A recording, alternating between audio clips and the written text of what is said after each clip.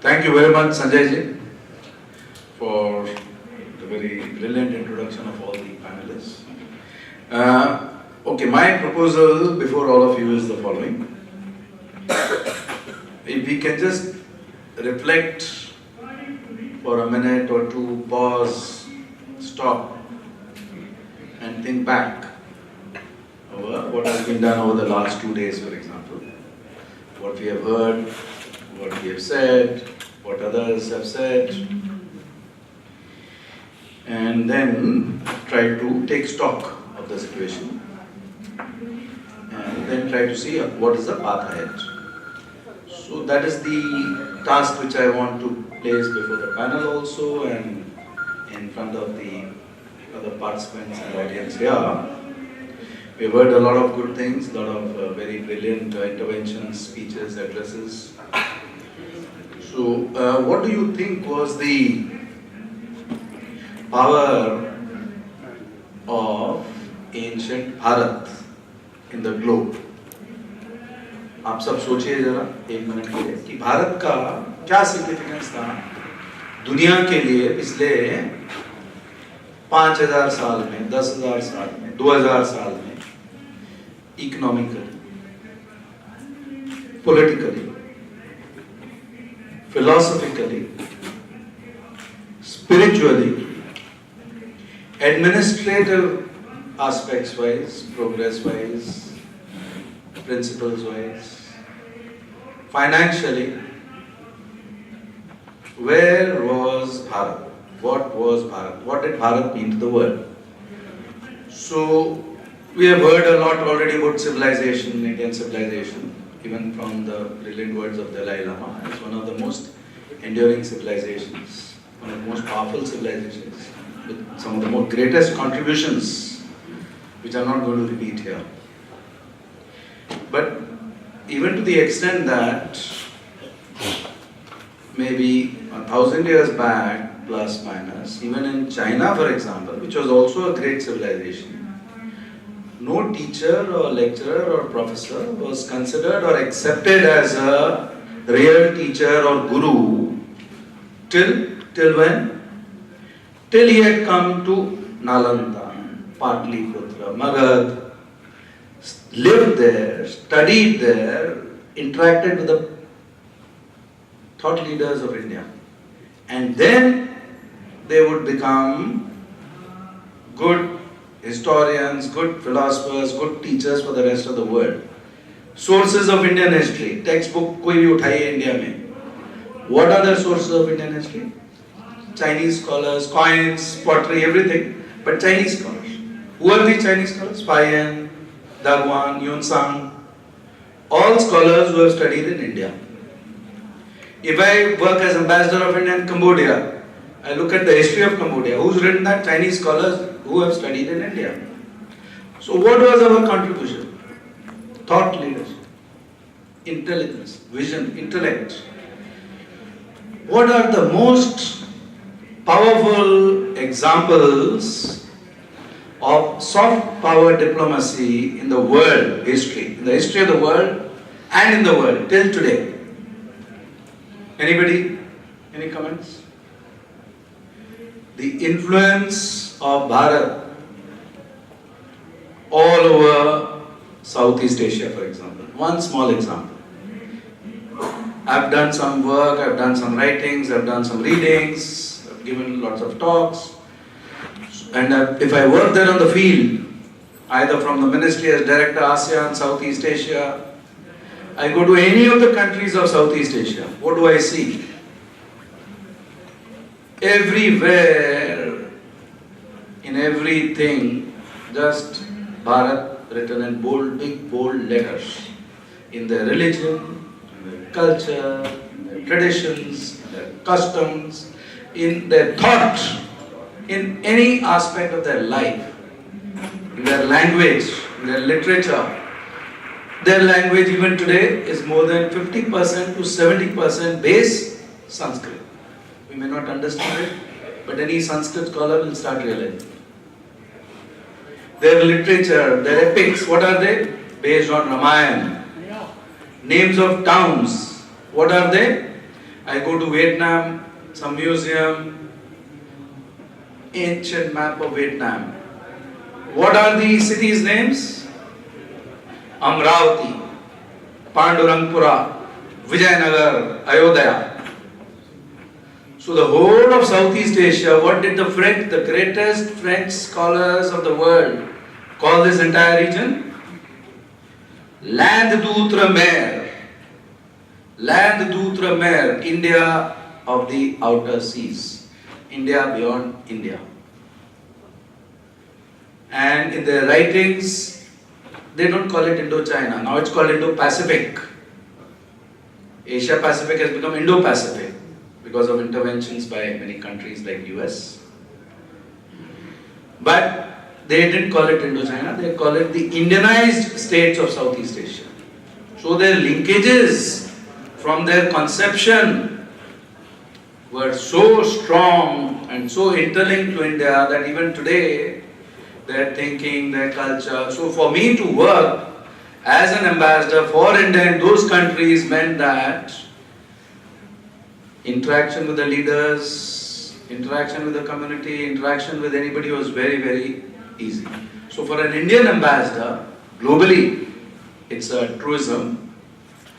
Access to the local leaders, access at the highest levels, normally in most countries of the world is probably the maximum for any country's ambassador in the world. Much more than any other ambassador. So I as ambassador of India will get invited for cabinet meetings or meetings of advisors of the prime ministers and presidents in Nepal, in Cambodia, in Chile, the furthest country in the world from India. So I go to a meeting on the invitation of the president of Chile, I go there, I don't see any other foreigner, I don't see any other ambassador. How's the protocol, like what's this? He'll say, oh, the president wanted only the Indian ambassador. The closest team of ambassadors. So that is the sort of power we have. That is political power in the world today. What about the economic power? Slide, please. Look at this slide, everybody. What is this presentation? It's a compilation by the International Monetary Fund of Washington DC, USA, global organization, financial, the apex organization in the world for finance. Angus Madison, which is a consultant, and the economist from UK. What does it say?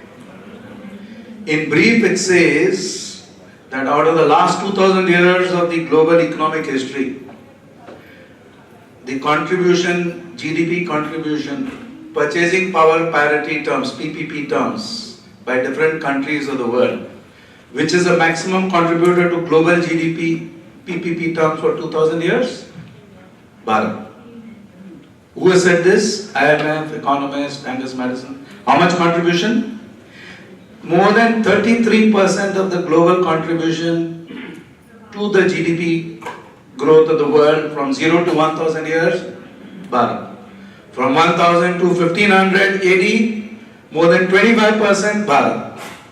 From 1500 to 1700 AD, when the British came in, it started coming down. Colonialism.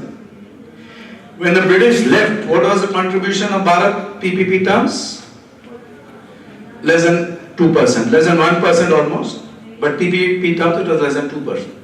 So you can imagine starting from 33% or over 1/4 the global GDP, when they come in, when they leave here, less than 1% or 2%, depending on how you measure it. So economic power also, the Silk Route, maritime route, spice route, everywhere, the world, when they wanted to discover, what did they want to discover? A new route to India. So if you see the ancient chronicles, when Vasco da Gama is being set out, the king of Italy, the king of Spain, the king of Portugal, they are funding the expeditions. Any great expedition. What is the instructions to them? Find a new route to India first. So wherever they land up in South America, oh, India. So everybody is called an Indian native. They land up in US, Indian Americans. They land up in Indonesia, Indonesia is East Indies. They land up in the Caribbean, it is West Indies. Everything is India. where the whole world revolved around India. And what is the briefing given to them? In the initial stages, when you reach India, besides spices and all that everybody is doing, what do we want? All the ancient texts of India, please load into the ships and bring back.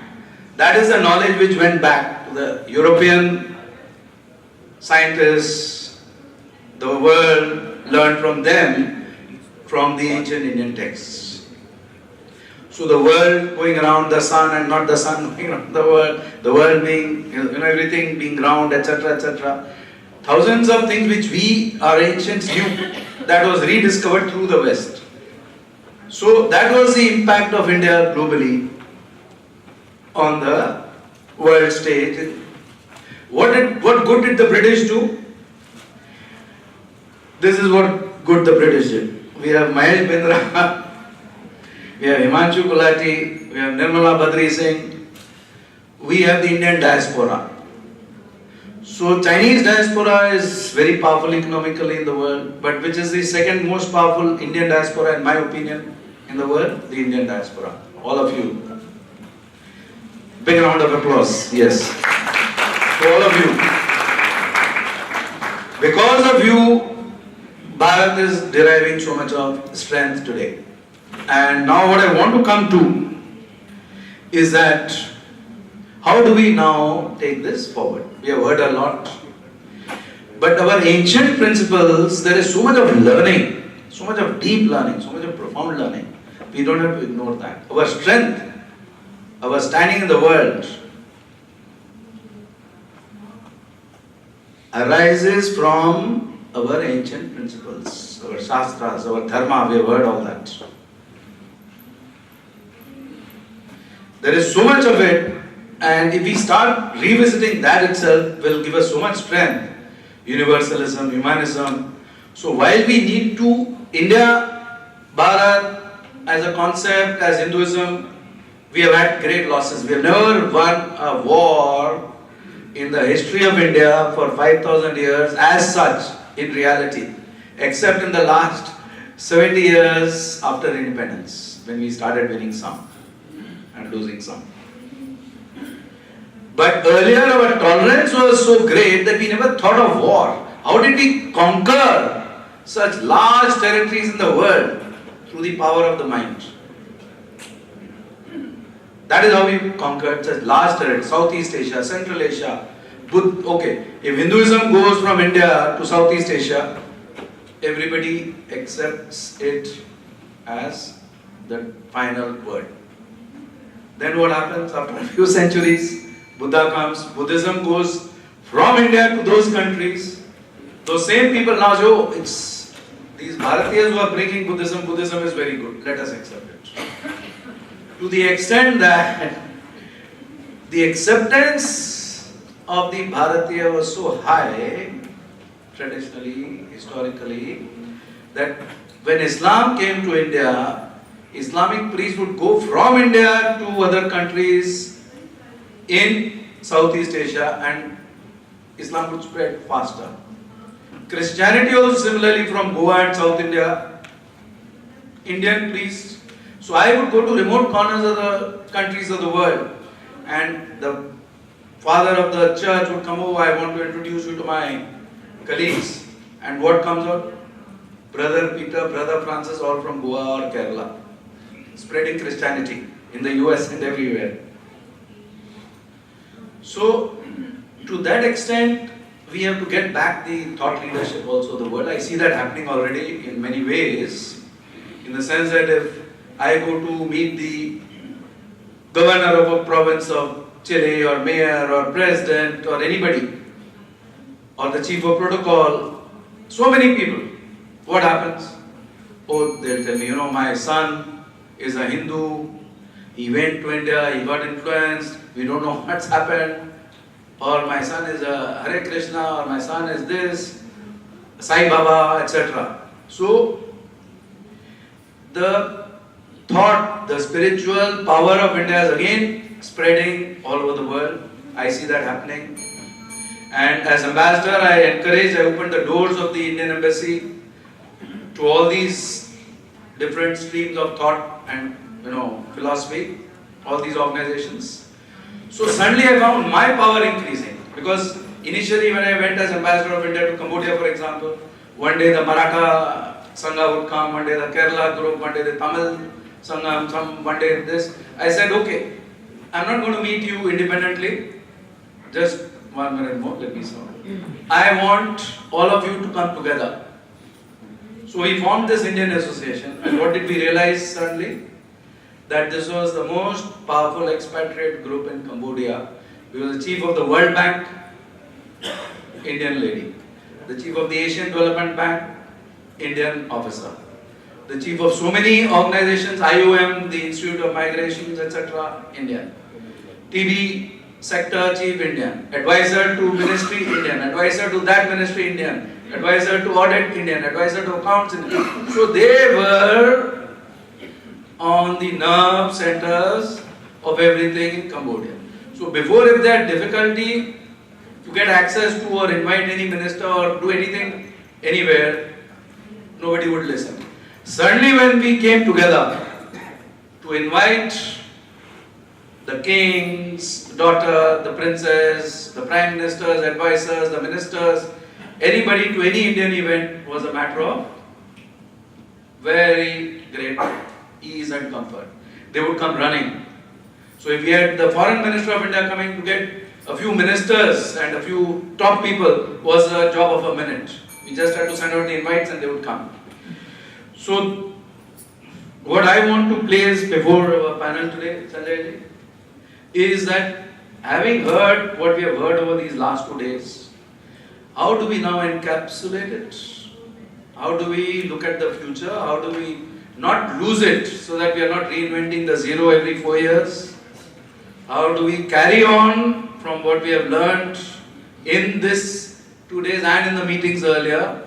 And how do we put it on a firm footing for the future so that we are able to make significant progress globally as one of the most powerful communities? We don't have to be more Jews than the Jews. We don't have to be more Muslim than the Muslims. We don't have to be more Christians than the Christians. But what we need to be is more Hindus. So we have to, as one of the speakers said, we have to convert the Hindus to Hinduism. So let's become Hindus again. Let's become global Hindus. And how do we do that? The talent before us today. Ambassador, those are very, very important remarks. And I'm hoping that you can kind of encapsulate that, because this is the final session of our entire track. So your points are very right as to how do we move forward. A lot of discussion has happened in the plenary and you've heard about coastal regions, etc. But I think, as you've said, the soft power of Hinduism is prevalent everywhere. But that soft power, we'll invite Himanshu, who's already dealing in soft power with Hinduism and stuff like that. So Himanshu, please come on. Thank you so much, Sanjay, and thank you also for the opening remarks, Mr. Ambassador. There is a story that once in the United Nations, the Prime Minister of Luxembourg, he went up to the President of China and he put his hands around the President of China and said, "Mr. President, isn't it interesting to think that together we both represent a sixth of the world's population?" And living in a minority in a country, like in my country, Norway, I think we are about 15,000 Hindus. Sometimes you feel like Luxembourg in China. And this conference is therefore a good platform to make a network, exchange ideas, because people do often meet the same challenges no matter which part of the world we are living in as people of Indian or Hindu descent. The challenge I was presented was the following. The topic for my speech I was presented was the following: establishing political priorities for Hindus across the globe. Now, what should be the priority of I'm a member of parliament, what should be the priority of a Hindu member of parliament in Norway or anywhere else in the world? But it should be building better schools, building better roads, making the health system better, make your society better no matter where you are. I'm in the Norwegian parliament where I was a deputy minister for the Prime Minister of Norway, not because I'm a Hindu, But because I was there, and because I am where I am now, I'm able to be an ambassador for also the Hindu and the Indian communities when something comes up. It is because I'm placed where I am that I can also take up issues and solve them when the Hindu community experiences some sort of injustice or their rights not being taken care of or a different treatment than other religious groups. So my point is that people should not, if we are talking about politics, but even other, but it also I think goes to all parts of society, people should not vote for me because I'm a Hindu, but because I'm a Hindu, I can also take care of the interests of all Hindus if something comes up. Because politics is not about right or wrong, right or left. Politics is also about governing and taking care of interests.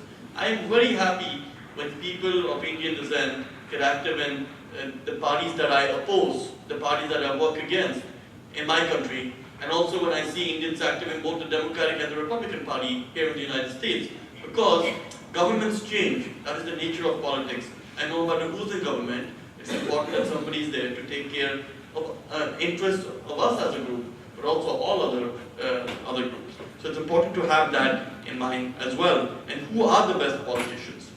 Who's the best politician in a country? I think the best politician is a person who can get things done even when his party is not in power. And that's what we have to remember, taking care of our interests. I'm not a politician because I'm a Hindu, but I want to make sure that the interests of Hindus are taken care of no matter if I'm in party, in power, or somebody else is in power. And then to the agenda, the political agenda. What should be the political agenda of Hindus if we think of ourselves as one community, no matter where we live? Well, it should be the same things that we preach in India as a Hindu community. For instance, I don't want there in my country to be any politics of appeasement towards Hindus or any special privileges. No.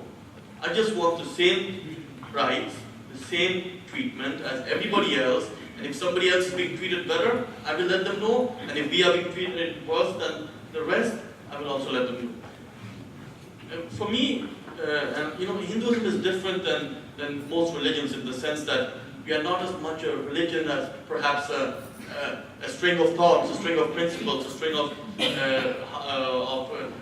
recommendations of how to live your lives. And politics and religion are two very different systems. I said yesterday that politics and religion are two different operating models for society. While politics is meant for nation building, religion is faith is meant for character building, for building of of who you are. And also people of all faiths. Swami Vivekananda said in his speech in this city 125 years ago that all faiths have produced people of extraordinary character. Which means that all systems, although they have their flaws, and some might be more flaws than others, all religions have produced people of great respect and great character. So we must not mix these two operating models. But if we still are to bring Hinduism into politics, how do we do that? Well, my recommendation would be bring the good thoughts of Hinduism into politics. Respecting your elders, mentoring others, standing up to the responsibilities you've taken. If you've made promises, follow them. If you see injustice, make sure you speak against it. Those are some of the many teachings that we as Hindus are taught by our parents, in our temples, by our communities. And these are good qualities that we should bring in to our work, whether we are politicians or ambassadors or doctors or running shops, or no matter which work we are doing. These are good qualities that define good human beings. The way you can be a good Hindu politician or any other work is by being a good human being and following these things. And then I wanted to talk about one more story. I've heard a story from 1947, after the independence of India, that 2 years afterwards, the government of India decided to have a poll. They asked the people one question, and this question was apparently, has your life become better now that the Britishers have left, or has it not become better? Yes or no, has your life become better or not? And the government started preparing for this massive poll, but then after a while they realized they had to cancel it. And the reason was that most Indians didn't even realize that the Britishers had come and gone. Because colonial rule was in large part a city phenomenon. In Bombay, Delhi, Calcutta, Bangalore, yes, but out in the villages where the ordinary poor people were living, everyday life was just the same. And this is about education. And I think that's one of the biggest roles we have as Hindus in various positions in other parts of the world. People know extremely little about us. They've heard of us, they might think we're good people, but when something happens, whether it's pictures of gods being treated in an unrespectful manner, or issues come up in India which people might not understand, we are the foremost ambassadors of our community. Even though we are so lucky to have 2 ambassadors on the panels, each one of us are ambassadors of Hindus, of India, no matter where we are in the world and no matter what position we hold. And that is the new soft power. I've had the pleasure of, and the honor and the opportunity of traveling a lot. I've visited more than 140 countries, and I think their name people know, especially all over Asia, Southeast Asia, Middle East, Africa. The most common name people seem to know is Mr. Amitabh Bachchan. Even in the Muslim world, I think they know 2 names, Allah and Amitabh Bachchan. That is because the Asra was talking about soft power. We've had tremendous soft power, especially, maybe not in the West, but especially other places, because of our music, our films, our cultural influence. But the new ambassadors for both our religion and our country of origin is all of you sitting here in the positions that you are, and educating when misunderstandings come up, and just by being good people and doing our job in a good manner and showing them that we are that is what we are built of and that is what we are taught in our upbringing. I think that's the best way of bringing Hinduism into our everyday life, in the meeting with the world, whether it's in politics or in other places. Thank you very much.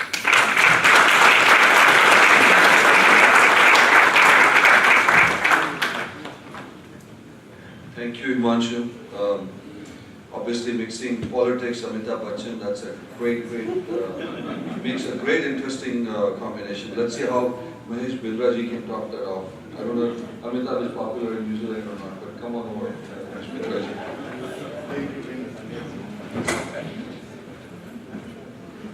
Namaste, kia ora, ko Mahesh Bindra ko inguano, parenui o paramata takimai. Norera kaotita kimehi tenakoto atwa.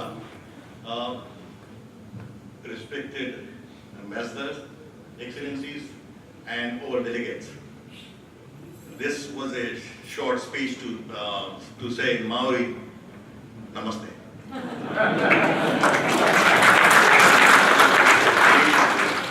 The idea was not to confuse you, but to pay respect to and to acknowledge the Adivasis, the indigenous people of my country, New Zealand, that is Maori.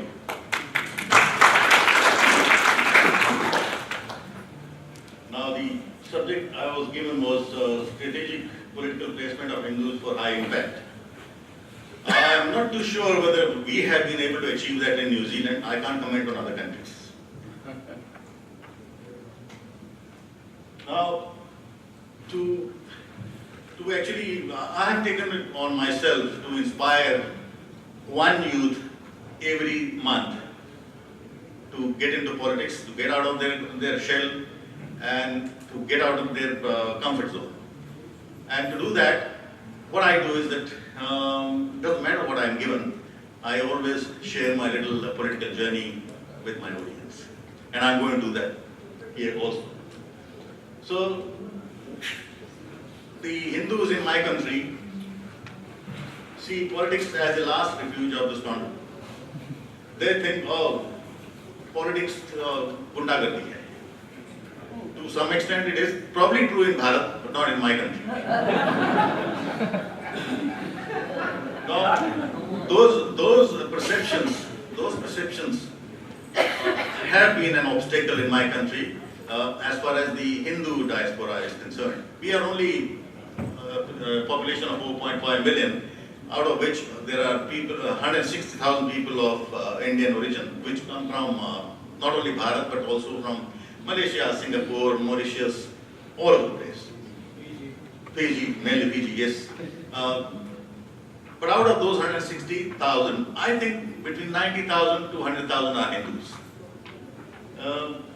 And none of them actually, not many of them see politics as a career. Now, my story is how I joined politics and why I joined politics. As you can see in the photo, the gentleman on my right is my now political leader and the Deputy Prime Minister of New Zealand and Foreign Minister, the Right Honourable Winston Peters. He was known, I only met him in 2004, and he was known to be an anti-immigrant politician and a racist. So I thought to myself, if I have to confront somebody, I will confront this man. Because I have always been taught, अगर शिकार करना है तो शेर का करो.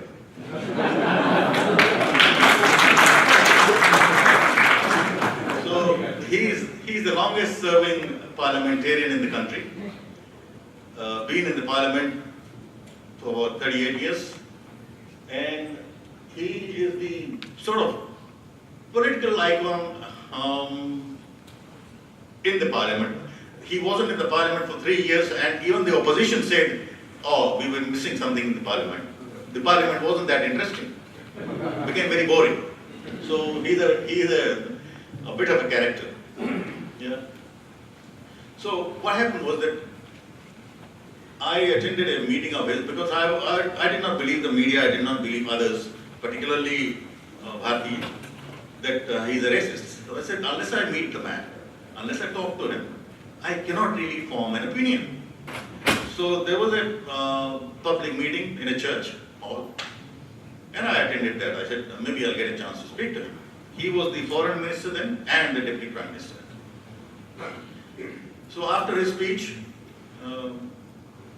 he invited questions.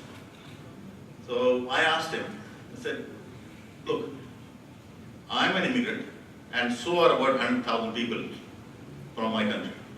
Okay, we come here with a lot of talent, with a lot of education, with a lot of qualifications, with a lot of money to invest in this country. We create jobs for locals. You will never ever see an Indian standing in the door line. Okay, and what do we get in return? All over the world, your embassies and your high commissions say clean, green, and safe New Zealand. You invite us here. Okay, we are not refugees. We have been invited here, and what we get is that a Gujarati is sitting in his dairy shop. A Maori comes with a screwdriver or a knife, loots the fellow, takes his money away, takes his mana away. Mana, by the way, in Maori it means samman. Takes his mana away, and what happens then? The government says, oh, we don't have enough police. And even if if he runs out of luck and he's convicted, he only gets about 3 months. That's it. So, what have you done for us after inviting us?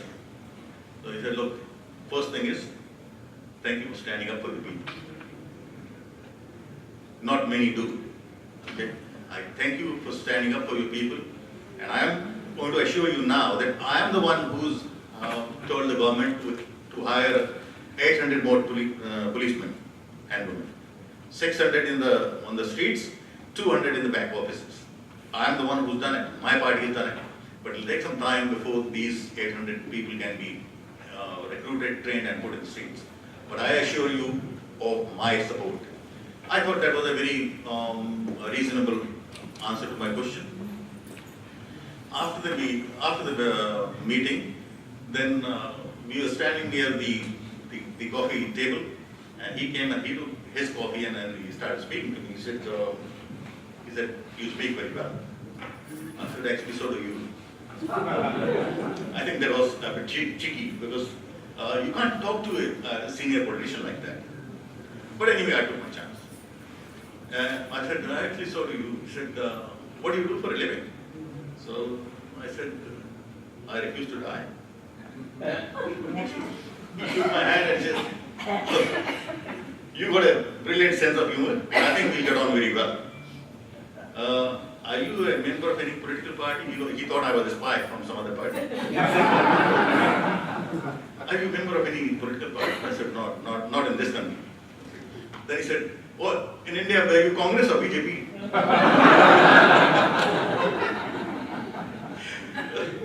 So I said, my family has always been BJP ever since it was Jansan. So, okay. So he said, look, if you are a part of any political party here, that's fine.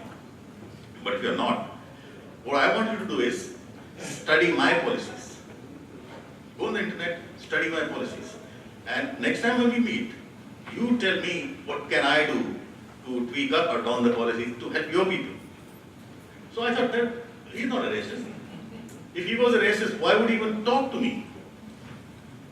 I became a member of New Zealand First then and started working as a volunteer. I used to drop letters or literature in the letter boxes up to 2,000 a day.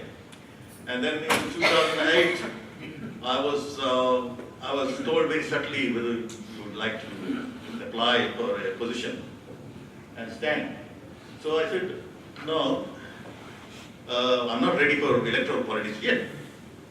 Anyway, in 2011, then he told me that, look, last time you were asked, this time we are telling you. So I stood in 2011, but I couldn't make it to the parliament then because my number was 21 on the party list and we only got 8 seats. But in 2014, I was promoted to number 11 and I made it then. So now, after I entered the parliament, I was asked whether you want to take oath on Bible. I said no. So would you like to take affirmation instead? I said no. I would like to take oath on Srimad Bhagavad Gita. And they told me that look, we'll have to delay it by a day because we don't have a copy of Bhagavad Gita in the parliament. But we can get one from one of the temples and we'll arrange it by day after tomorrow. I said, no, that's not going to happen. I will take oath on Srimad Bhagavad Gita at the appointed time. And after I have taken oath, I would like to present that copy to the parliament so that the next Hindu MP doesn't have to delay his. So that I thought was a very clear message. And who supported me in this? The same racist. He said, you will take oath on what you believe in. And after that, then it was, I think I run out of time. Yeah. Sai, can I request you to... We all sought to be here rather than be put here. It was our choice to run for office. And when looking for the right party to represent, I found that the New Zealand First Party had similar ideals as myself. I hope you found that interesting. Thank you very much.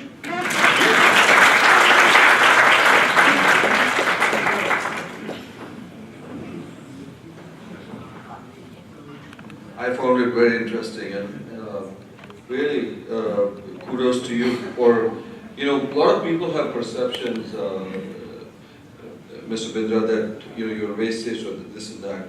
I think there's always perception and there's reality, and I think you confronted reality. And I think that's very, very important. So kudos to you.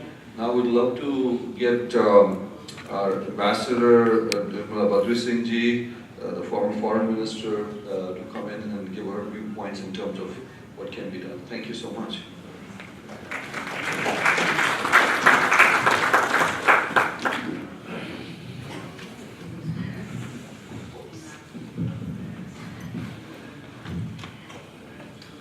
Namaste to all. I'm very happy to see that my Vice President has joined me in our session as well here today, and I'm very grateful for that. So, Vice President and Mrs. Adine, members of the panel, ladies and gentlemen, it is indeed an honor to be serving as one of the panels in this afternoon session. And after hearing the three presentations from my colleague panelists, I was wondering while I was sitting there. Yes. Yeah, closer. Thank you. I was wondering whether I should start with a story, but I was kind of afraid that I would see that big sign coming up all the time, and I would be over time. So I'm going to stick with the script that I have for today's session. Thank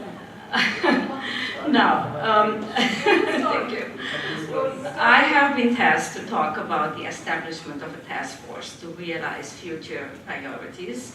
And I should say that Ambassador Kumar has already set the bar very high in indicating that this session will be the most important one in terms of seeing how the World Hindu Congress 2018 can result in tangible results. Now, I do think that if we are going to discuss the setting up of a task force, that we all are on one page to know what we are talking about. So I think that I'm going to start off to find a definition for what the task force entails, because that will help us to frame our thoughts. So in the spirit of our engagement, I chose a definition from the Business Dictionary, which defines a task force as follows, and I quote, "A temporary group of people formed to carry out a specific mission or a project, or to solve a problem that requires a multidisciplinary approach," unquote. And I would like to focus on two elements, and that is specific mission or project and multidisciplinary approach. Well, with this definition in mind, and why I started to think about how to approach this topic, I came up with a couple of questions. First of all, what would be the format of such a task force in terms of, for example, its composition and its term of assignment? Secondly, what will be the strategic objectives and which priorities will be the focus? Thirdly, which process for engagement with relevant actors from the Hindu community will they employ? And lastly, to whom will they be reporting and how would follow-up be ensured? Now, let me start by saying that I do not intend to provide an all-inclusive relay of what I think should be done, but I'm going to contribute to present a couple of elements on the basis of a practical approach. With respect to the format of the task force, in light of the geographical and demographic reality of the billion-plus Hindu population worldwide, and we have heard during the past 2 days a whole lot about where the Hindu populations are all in the world. We just heard from our panelists as to what they think the Hindu mission should be. So I would like to suggest that the composition of the task force should be representation of various continents and possibly countries. The rationale behind such an approach is the fact that countries and regions have their own historical, their cultural, economic, and political characteristics which determine what they are today as a society.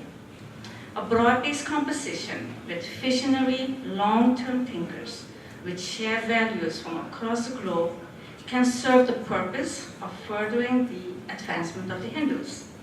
Hence, I would like to commend a multidisciplinary composition, including representation of academia, parliamentarians, entrepreneurs, media personalities, etc.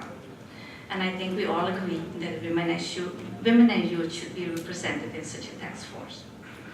With respect to the term of assignment, and in light of the fact that task forces are generally time-bound and also outcome-focused, we may consider a 4-year mandate as such, coinciding with the convening of the World Hindu Congress every 4 years. With respect to the strategic objectives and priorities, well, since our common aspirations are related to enhancing a stronger voice of Hindus across the globe, of strengthening representation in the political arena and in global politics, and in attaining and assuring sustainable development and prosperity, I think it would be essential to engage in stronger transnational networking endeavors. Big word, but it speaks for itself.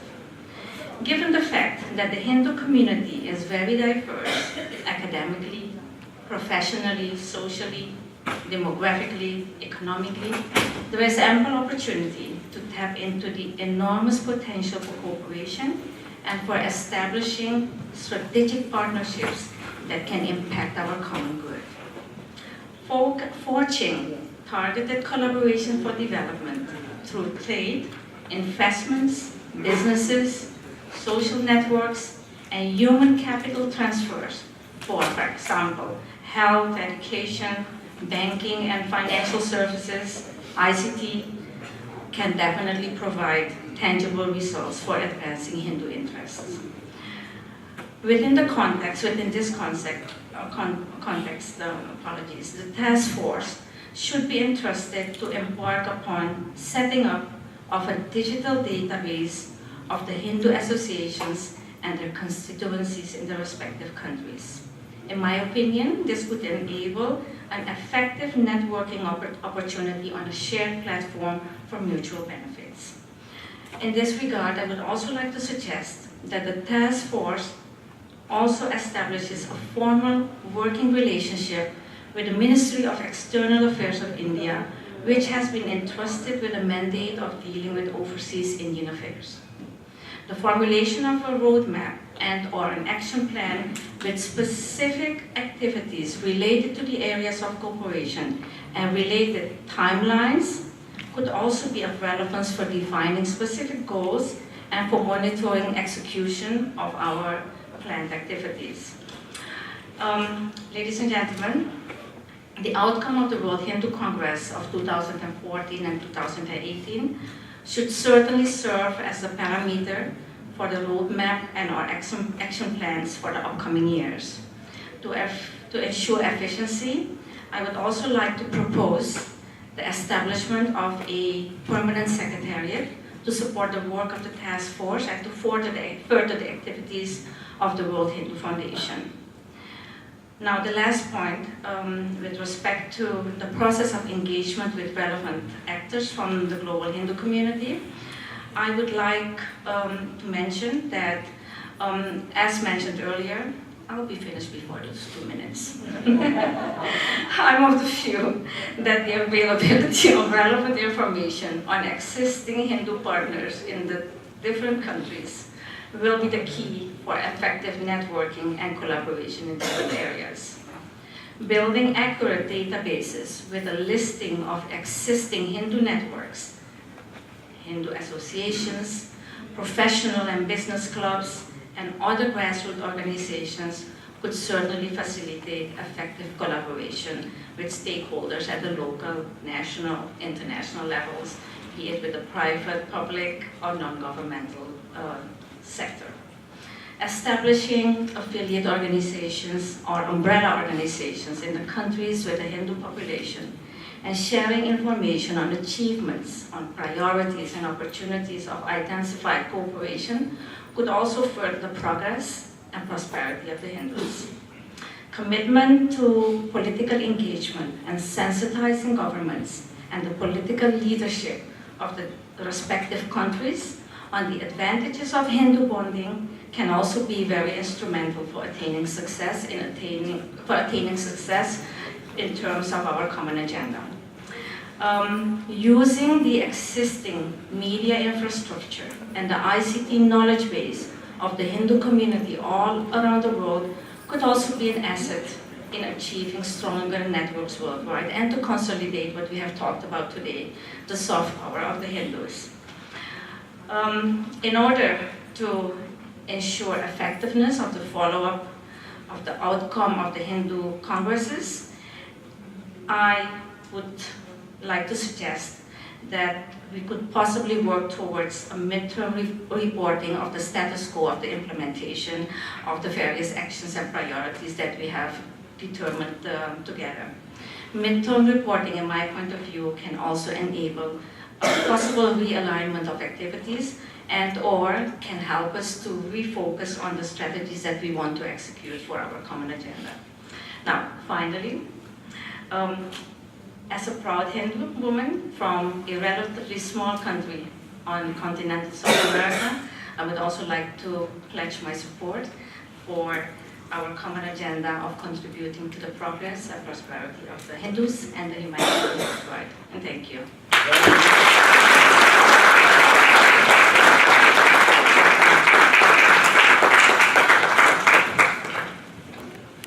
That was excellent, excellent points, Ambassador, really excellent.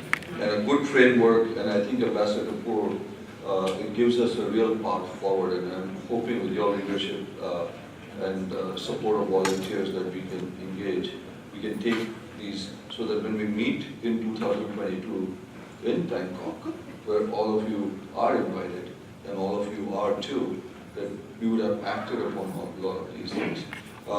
With that, we'll open the floor up to questions. This is the final session. Again, I would say that we keep it to questions. Comments are always welcome after the session. The speakers will be here for the next 2-3 hours for you.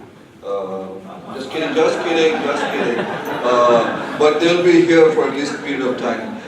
We always thank our speakers, we always thank our panelists, etc. But I do want to, before we go, this conference is really the work of a lot of blood, sweat and tears of volunteers like Kusum and many, many others. So I would really like a big round of applause for the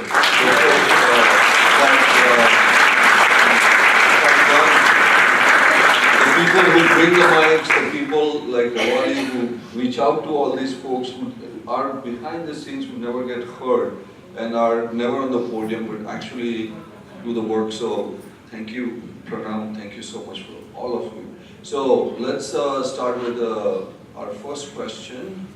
Gentleman here. Please introduce. Introduce a question, please. My name is Balwan Singh. I just have a comment. Since it is the World Hindu Conference, I'm glad to see that we have a Hindu representing from a country closest to the North Pole and another country closest to the South Pole. There's somebody right from the equator. That's all my comment. Thank you. Thank you. Really welcome.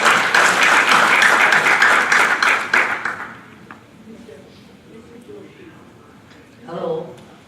Is it on? Yeah. My name is Prabhakar Joshi. Political scientists are concerned with the descriptive inquiry of political behavior.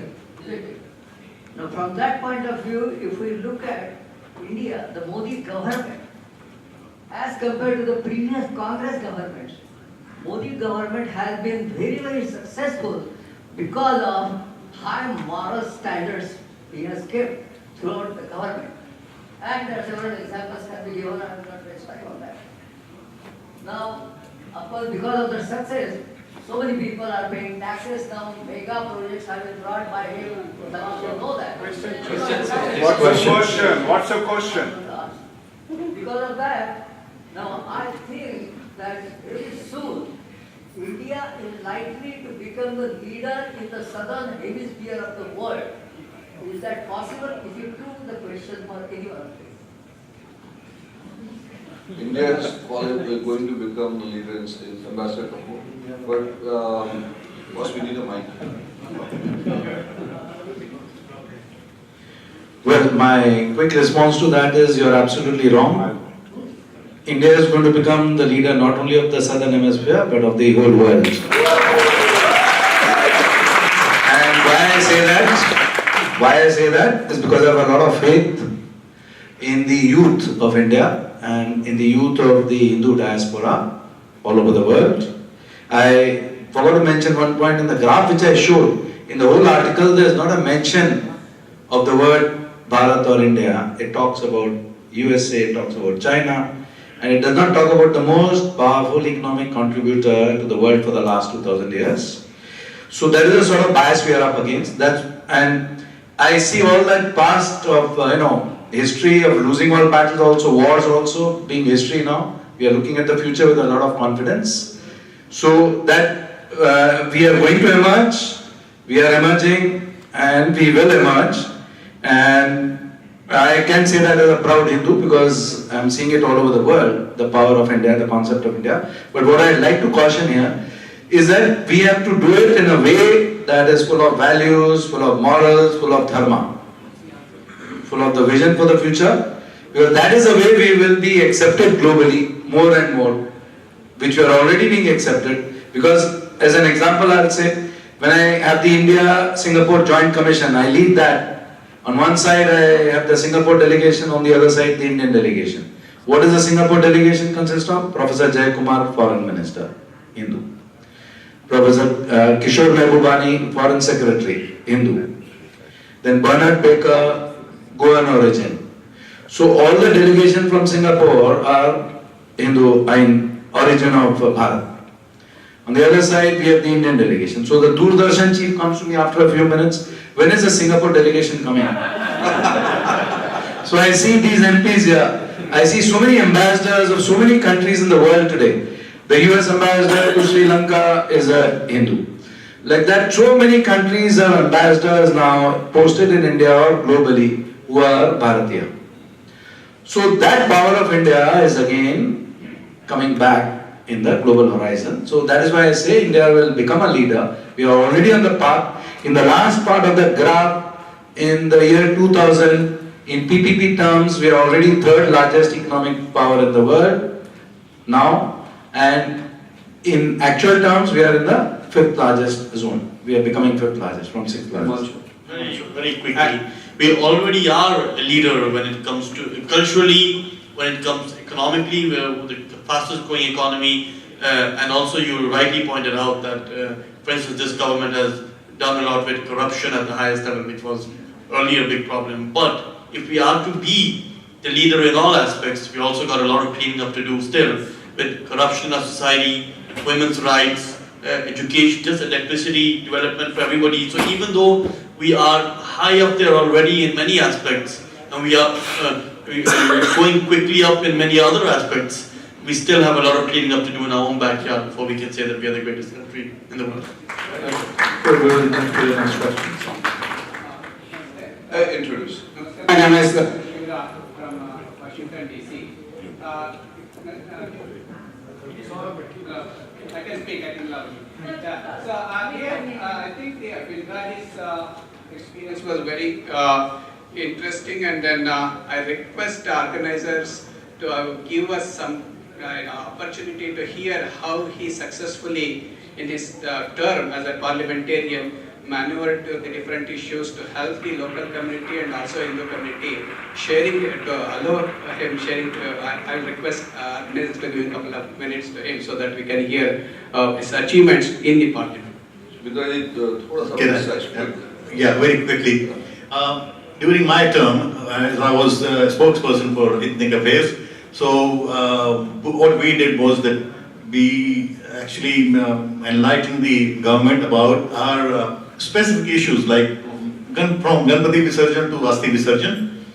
So till today, people were not aware that you can't put Ganpati idols anywhere in New Zealand because environmentally we are very, very particular about our environment.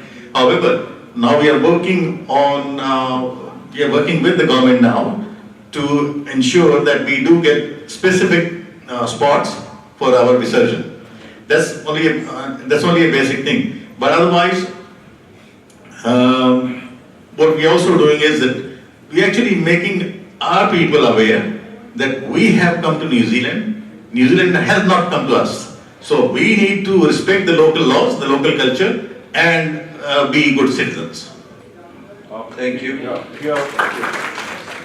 Prakash, Namaste. Namaste. 1 minute. I think I am the next because she has told me.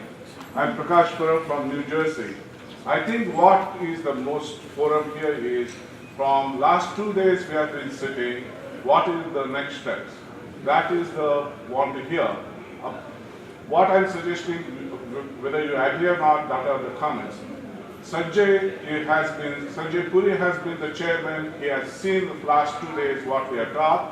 We cannot wait till 2022. The delegates who are in political forum are the members. Now, make them members from each country, and we should step forward to have within United States delegates, representatives from different states in UK and Europe form today a membership for the political forum for the Hindu political conference. Okay, do you agree with that? The idea of this thing is not just to have dialogue and conversation and then go away for 4 years. I completely agree with you. That's not why I am here or any of us are here.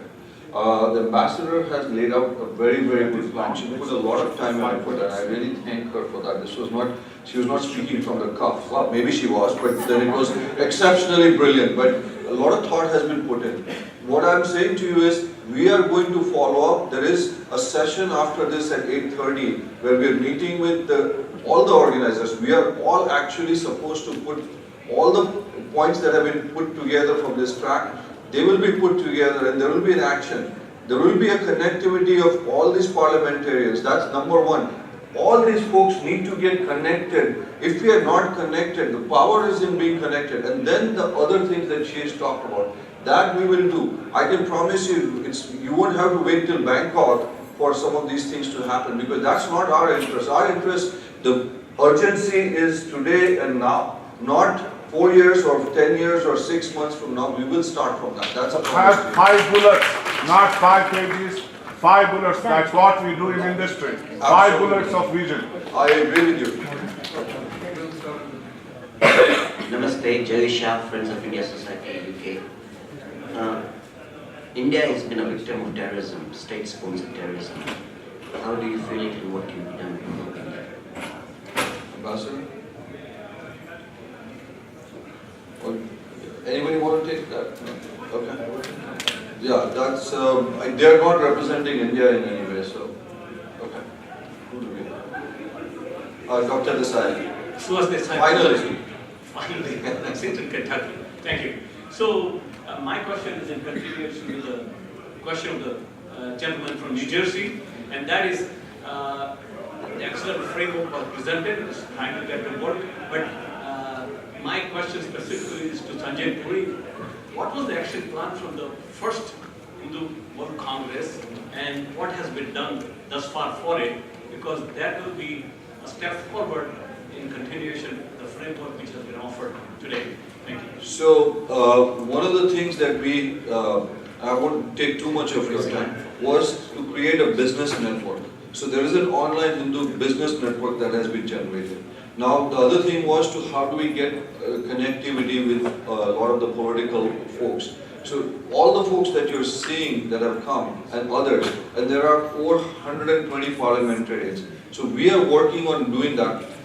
It is not the easiest thing to do, because when you're talking, as I said, somebody said equator, other parts of the world, we're talking about a lot of those things. But a lot of that has happened. In between, this is not a one conference every 4 years. There's economic conference that happens every year. There's a women's conference that happens. So steady progress has been made. We've set up tangible markers within the economic one, within the political one. So I think the immediate one you will see is a connectivity with all of them and mentorship with all of them. And some of that has already started, Dr. So thanks for. But that's a very good question, and as always, please hold our feet to the fire.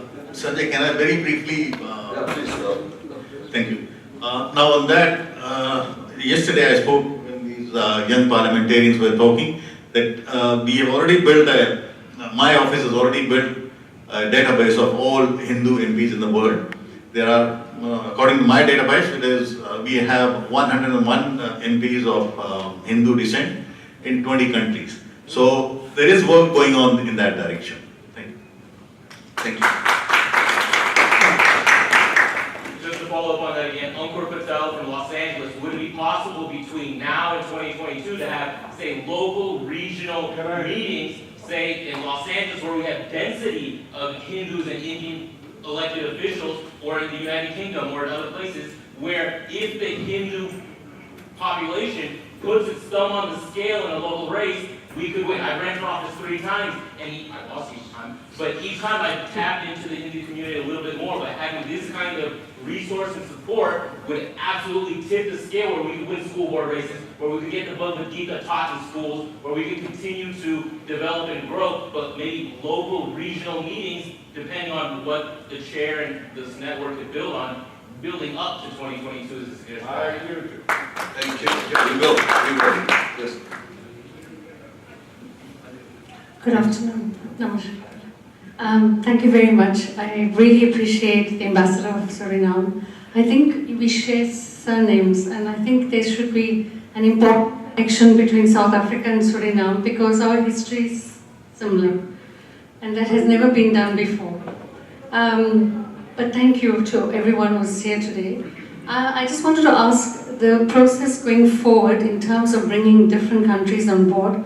I just want to say that I'm 4th generation South African, and I think it's very important that Africa's given a consideration, not just South Africa, but Botswana, Tanzania, all the different countries where Hindus are.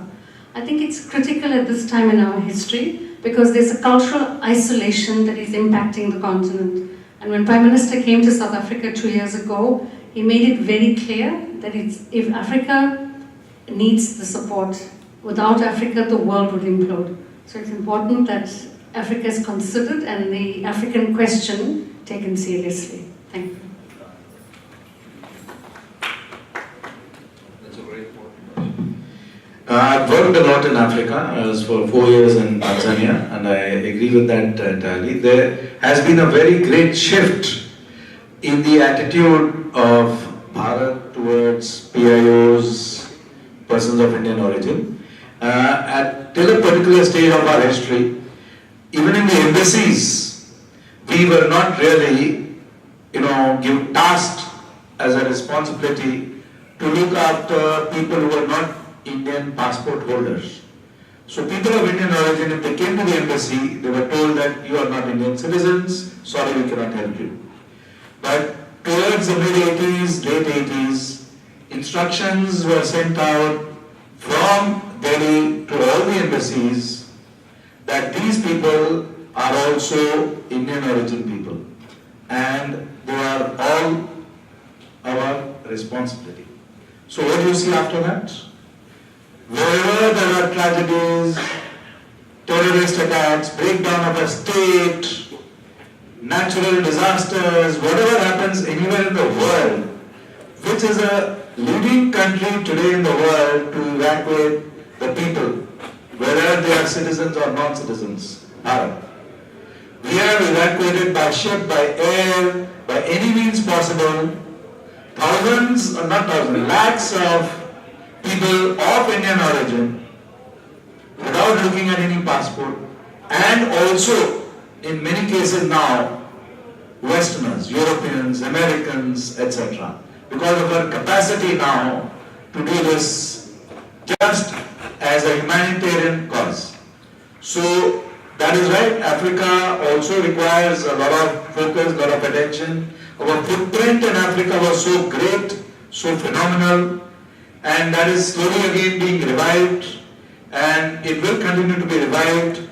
And we lost a little bit of that, but after Uganda it's again coming back, and it will come back with very great vigor and very great strength, because as I said, the global dynamics are moving towards that era, and I see that happening.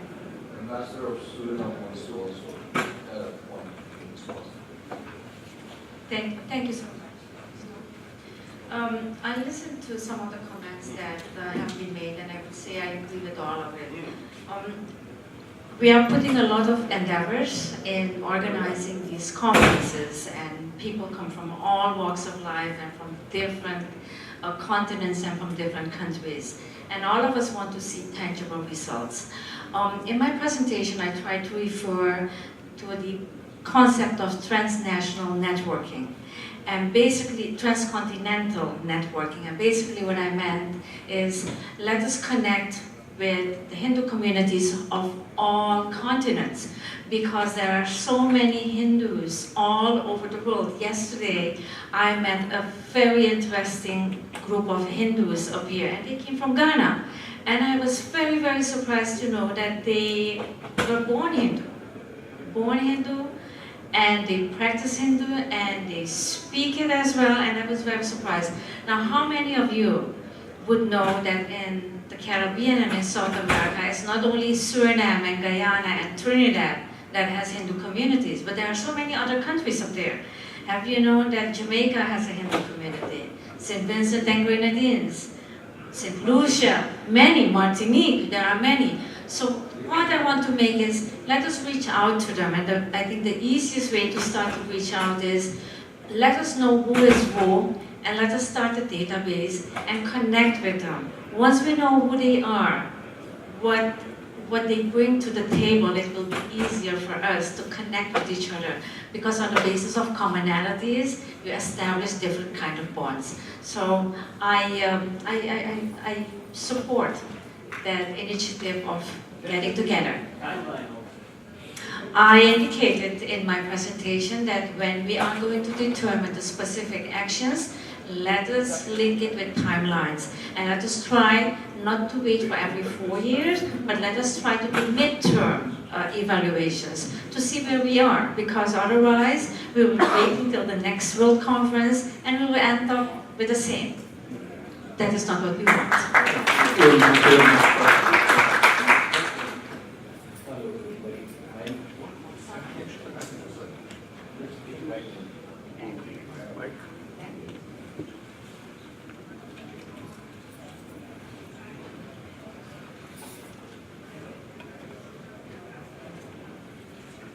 Hello, my name is Kanda. I am from California for the last 40 years. But originally I am 3 generations from Burma. I don't see here any delegation from Burma. There are 2 million, over 2 million people of Hindu origin in Burma at present. My question, I have 2 questions. One question is, how to rectify mistake committed by former politician of India. Regarding the mistake, I think Pandit Jawaharlal Nehru made a biggest mistake of surrendering Tibet to China and accepting China as the autonomous region of Tibet.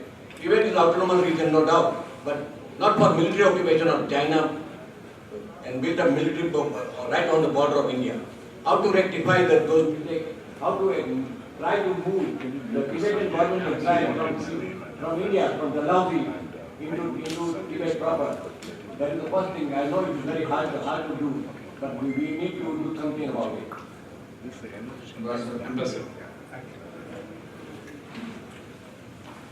Okay, very quickly, Myanmar, just a brief view of the history. British Raj, the Burmese were thrown out of Rangoon, the capital of Burma, because of some rebellion they created against the British. Who was allowed in Rangoon? Only the British and the Indians. So the Burmese had to take a day pass to come into their own capital, in their own country, and then get out every day at night, and then come back.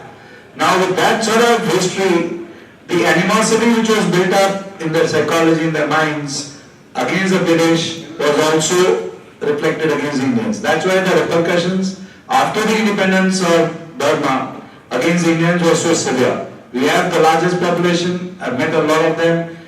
Many of them have become Burmese in their appearance, in their existence, because of this reason. Bhumiputra type impact with a different word.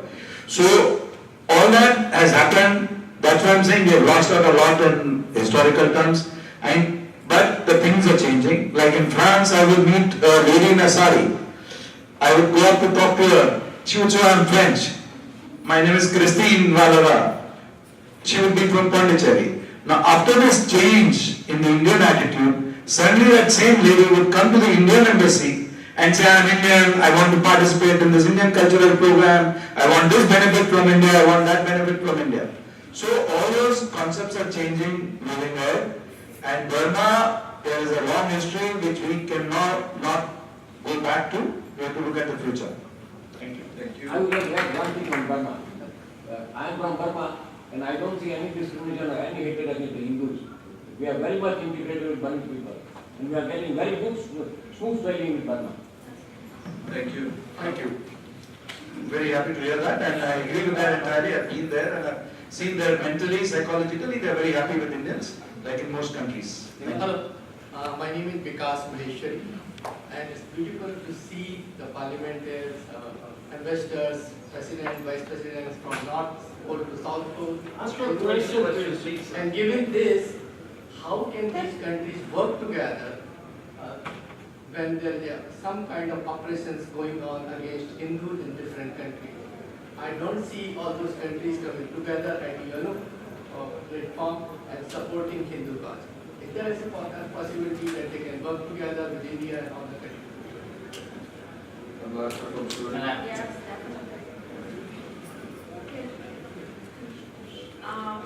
definitely. Thank you for your question. I am not so sure when I agree with the voice.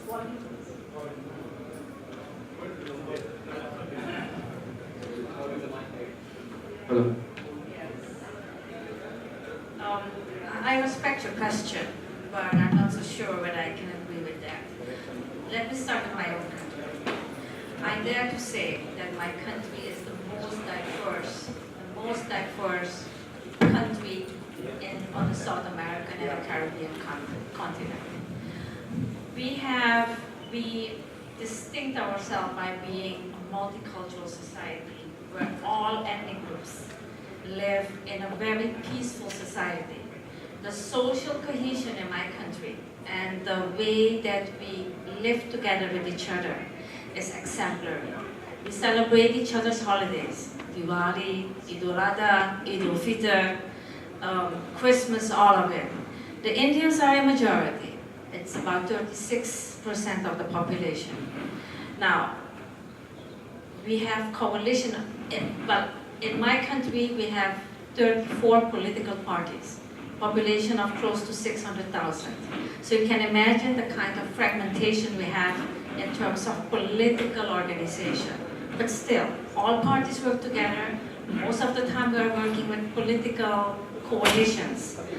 I have been one of the very few women who have been a high public official, and I could say I have never felt discriminated. On the contrary, we work very closely together.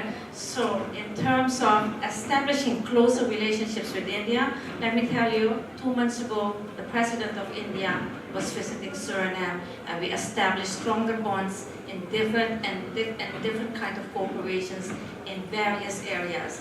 We have a very strong diaspora in Suriname. We have been very strong, we have a very strong Hindu culture, and our sense of bonding with India is very strong, but also with other Indian communities all over the world. So in terms of working closer with each other, I think the areas of strength of the Hindu community, and that is ICT, business, well, name it, a whole lot. I think forging a stronger collaboration between the private sectors of various countries and the various Hindu communities would benefit my own country, but also other countries as well. Thank you. Thank you. Please. We last two questions. We have panelists who need to go. They have other commitments because we are running late. So. Hi. Namaste. My name is Ajay Garg. I am from Canada. This question is especially for Mr. Bindra. So, is there any particular reason Indian diaspora is there from last, I think, 1800 years? And we selected now our MP, maybe one before, but now. Why we are not politically active? And I don't know, I should ask this question. And as Hindus, we are, suppose in Canada, say in Canada, we are there from last 100 years. And from last 100 years, now we elected, we are, especially Punjabi Hindus, like Sikhs or Hindus, they are very aggressive in politics. We have 13 MPs over there. So, and is there any particular reason, we from northern part of India, we are very aggressive in politics, or what do you feel? There are some northern politicians on this floor, on this table. There are several. There are three. Thanks for your question. I can only talk from New Zealand's perspective. We have been there for over 100 years, and I can say that I am the first Hindu MP in the country. I am the only MP in the entire Pacific region who has taken oath on Bhagavad Gita. And coming to your point about why we are so less in numbers, I'll tell you what. The Labour Party of New Zealand actually sold a Pakistani Muslim for 9 years as an Indian. So we are so naive. We are so naive that we actually bought that idea that oh, okay, a Pakistani is an Indian and a Pakistani can be a Hindu, although he has a Muslim surname. Okay? So that our naivety we have to get over. That is the reason that, and the second thing is, as I mentioned in my speech, we do not take politics as a good career choice. We think politics, because we have that baggage from our past in Bharat, particularly the last 70 years, minus these 4. Thank you. Thank you. Last question. Hi, I'll make this the fastest question in the world. My question is for you, Can you Honorable introduce Ambassador. Yes, my name is Bindra, and I'm having attended some of these. Having attended. Okay, I'll project. So I'm a lawyer in DC. Having attended some of these political sessions, I've noticed that there's a heavily male representation on the panels. So my question for you is, what can we do to mobilize more Indian women and Hindu women to enter positions of power? And what is your advice for, it's very nice to hear that you personally didn't face a lot of discrimination, but we certainly, the rest of us do, and there are misogynistic and patriarchal elements out there we have to overcome. What is your advice for helping us get into politics and overcoming these stereotypes? I hope that was very fast. Okay. Well, as you said, during the past couple of 2 days, we have had exemplary women sitting on various panels. And one of them is sitting up there, one of the women up there. We need more. And we need more, definitely. I think letting your voice be heard, standing for what you believe in, and commitment to your work. And one of the Hindu principles that we have been focusing on, and that is seva. Serving your communities, serving the groups in which you are working, and try to excel in what you do. Excel in it. Stand for what you speak. And let people know that you are there to make a difference, because people will start to believe in you when they know that you have something to offer and something to bring to the table. Now, it is true, also in my country, we are, most of the time our societies, and I'm sorry to say it like this, are patriarchal societies. And it takes time, it's a process. Things cannot change from one day to the other. But I guess by demonstrating that we are equal partners and that we can be partners in development, they can learn to respect us. And through respect and through recognition of the work that we do, it will make a whole difference. And I do believe that education, and I would say education, and learning from others is a major step forward for us to make a difference at all levels, be it in politics, be it in economics, be it in legislature, being in the judiciary, everywhere. Excel in what you do and be straightforward in what you believe in. Well, thank you very much, Ambassador, for that narrative. But also we have to remember, as I said in the beginning, our own Shastras, Dharmas. What do we see there? Every god has a counterpart goddess. And what is that counterpart goddess called? Shakti. So she is the energy. So in our sanskar, in our psyche, in our thinking, there is already this very powerful image of women. And that's why we have to think back and learn from the past also. And then re-emerge. All the, women have to re-emerge as very powerful actors, because when that happens, that is when our entire real power, our force, our energy, our Shakti will come into the world as a very powerful force. So that is right, women have to come in very, very proactively, and everybody has to support that. And with that, I'd just like to thank all the panelists for their very good presentations, very useful presentations, and the futuristic view. Om Shanti, Shanti, Shanti. Peace to all.